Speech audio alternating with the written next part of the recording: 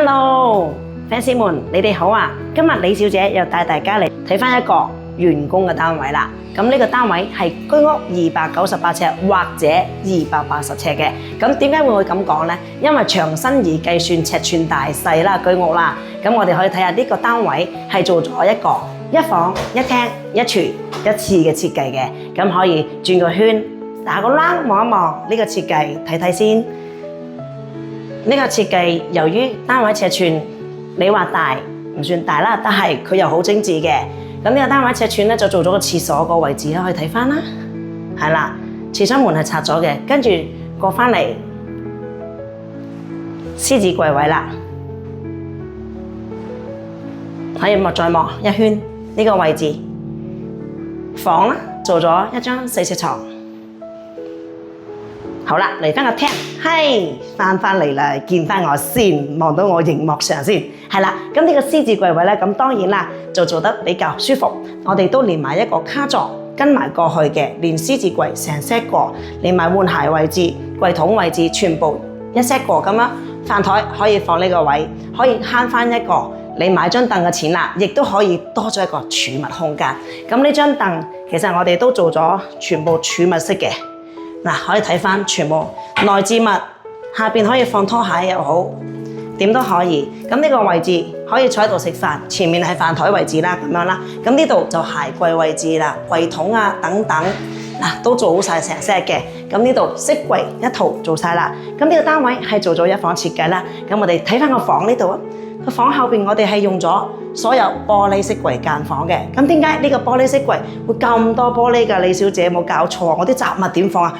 錯啦，因為呢個靚仔咧係攞嚟擺 figure 嘅，每個位置全部燈帶加玻璃一套過嘅，所有 figure 全部盡收晒喺呢啲玻璃櫃呢度啦。咁當然下櫃呢啲位就儲物啦，咁我哋就會用翻木門呢個位置就可以擺雜物嘅。咁呢個房嚟翻呢度簡簡單單靚靚仔仔，有一個房4尺床，咁呢個位置做咗4尺床一套嘅，咁床下底。呢啲位置我哋都全部做晒儲物㗎啦。咁呢個位係放篋嘅，3個大格嘅位置分配係皮篋位3 set，可以放大件嘢冇問題啊。咁床前置櫃桶亦都可以大量儲物。呢啲儲物量比較大嘅，嗱我都唔好夠力拉，因為啲油壓夠好重手啊。嗱輕輕拉俾你睇下。咁嚟翻呢個位，哇打機超正，上邊全部掃晒自己中意嘅 figure。而下面呢個台面就全部一部大電腦啦，咁啊呢個位就全部攞嚟放電腦啊、打機用㗎啦，或者呢邊嚟返呢個位呢節衣櫃啦，哇真係望一望衣櫃到頂嘅，睇返係啦，咁可以嚟返呢度出邊啦，廚房啦，廚房呢個位置就做咗 L 型嘅，洗衣機位置轉角鑽石型洗菜盤位，跟住。爐頭位置呢個做咗電磁爐，係啦，電磁爐下邊做返櫃桶儲物，全部櫃冇嘥到位置，油煙機位上櫃全部做好晒。咁轉個圈過呢度係放咩呢？雪櫃位置。呢個雪櫃位置點解你唔做櫃呢？可以嘅，一雪櫃我偏大，可以買2門都得。呢個位置足足有3尺半嘅闊度，可以放雙門嘅雪櫃係得嘅，所以呢個位置比較靈活，所以可以就咁放個大雪櫃係冇問題嘅。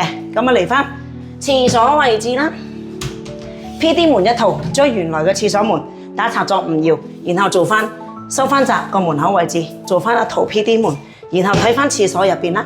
廁所入邊我哋做咗一幅牆都係鏡櫃啦，一鏡到底。轉返入去地櫃、鏡櫃，全部一 set 齊晒嘅，咁啊可以睇返啦，成套都齊晒，個儲物量又高，放乜都得。咁至於玻璃浴屏呢個位置就做咗乾濕分離、透明玻璃酒店式，哇靚仔啲舒服啦。咁呢個單位280尺至298尺，所講嘅就係居屋單位。如果公屋單位計算嘅話，係2至3人單位嘅尺寸嚟嘅。